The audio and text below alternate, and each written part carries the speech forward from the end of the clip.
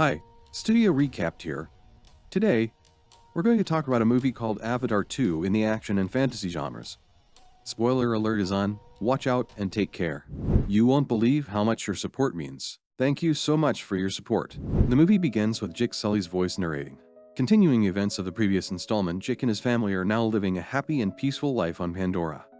Jake and Neytiri have 5 children, a daughter named Tuk, 2 sons named Neytiri and Loak, and an adopted daughter named Kiri, who is actually Grace's daughter. Grace was the scientist who died in the previous movie while helping the Navy fight against humans. There's also a boy named Spider, a human who, after the humans were defeated and returned to Earth, was too young to leave with them. Jake takes care of all of them like his own children and treats them equally. However, Neytiri doesn't like Spider because he is the son of Colonel Miles Quaritch, the man who relentlessly hunted the Navy. On the other hand, Kiri is fond of Spider and often stands up for him. One night, Jake and Neytiri notice bright spaceships approaching them. As soon as the ships land, flames spread everywhere, destroying many creatures. This marks the beginning of a massive war.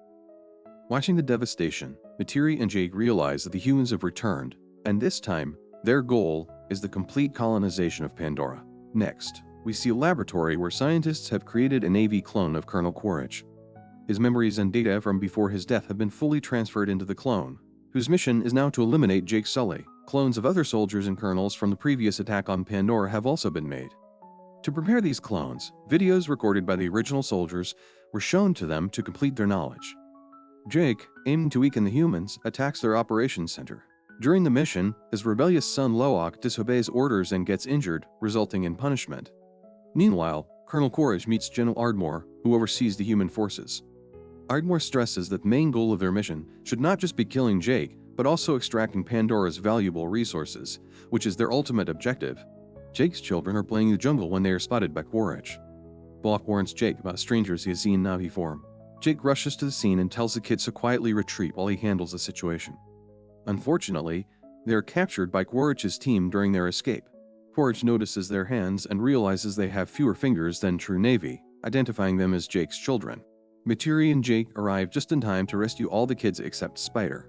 Quaritch realizes Spider is his son and decides to keep him. Jake suggests to Neytiri that they leave their home and find a safe place, fearing Spider might reveal their location to Quaritch. And if Quaritch's main target is Jake, any attack would endanger the entire tribe. Neytiri initially opposes leaving but eventually agrees, understanding the logic in Jake's reasoning. The general places Spider in a device to extract information about the Navy, but Spider remains loyal and refuses to talk. Quaritch decides to personally persuade Spider, telling him he plans to take him back to Earth. Spider begins to trust Quaritch and agrees to share information with him. Jake and his family leave their home and tribe, eventually arriving at a place called Metkayina. It's home to other Navi tribes whose skin color differs from the Metkayina, and his way of life is deeply connected to the water. The tribe's chief, Tonawari, and his wife arrive to greet them. Tonawari is hesitant about letting Jake and his family join their tribe, especially since they have no experience living in the water. However, Jake promises to learn their ways quickly to protect his family. Following Tonawari's orders, his children take Jake's kids to the ocean to teach them the basics of life in the water. Loak, away from everyone else, tries bonding with a sea creature but loses control, leading to him being mocked by the others. Meanwhile, we see Kiri exploring the ocean's depths, where she seems to adapt easily and bonds effortlessly with the creatures. Tonawari's son, Aonung, starts mocking Jake's kids, but Loak intervenes and gets into a fight with him. When Jake learns about the incident, he orders Loak to apologize to Aonung, even though Loak wasn't at fault. Obeying his father, Loak apologizes. Aonung has to accept the apology, but later lures Loak on the pretext of going for a swim and leads him to a dangerous area. While Loak is fishing near, unaware of the danger, a sea creature attacks him. With no one around to help, a Tulkun named Payakan appears and saves Loak. Despite his intimidating appearance, Payakan turns out to be kind and forms a bond with Loak. Upon returning, Tonawari calls Loak and, having learned what Aonung did, orders his son to apologize to Loak. However, Loak covers for Aonung, saying it wasn't his fault. This marks the beginning of a friendship between Aonung and the new Navy Low. Loak later tells his siblings that Payakan saved his life, but they don't believe him.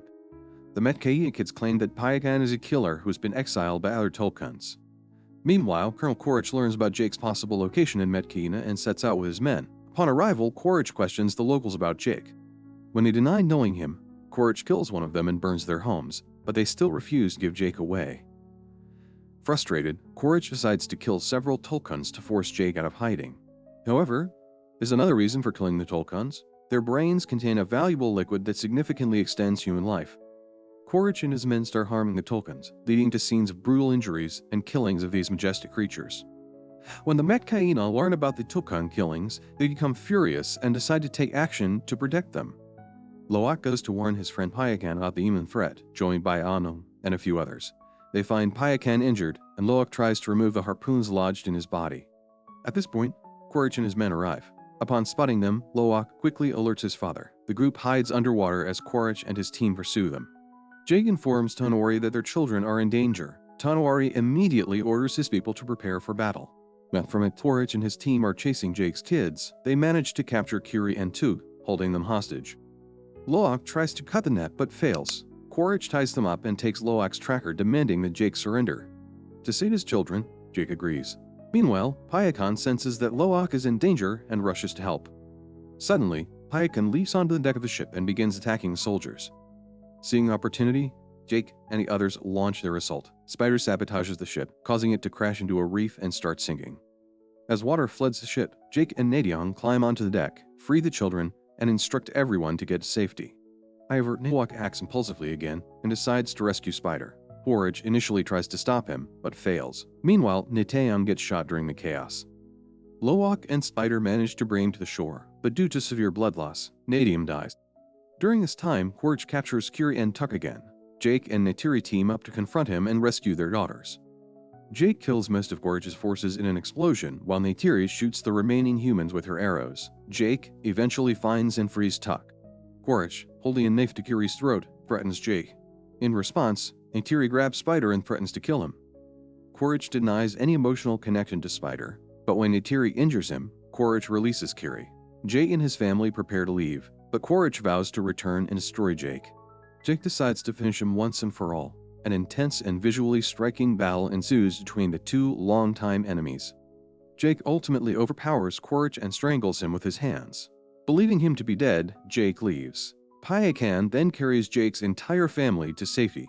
Spider secretly saves his father but refuses to leave with him when Quaritch asks. Instead, Spider chooses to return to the family that raised him, reaffirming his bond with Jake. In the end, the family performs a ceremonial burial for Neytiri in the depths of the ocean.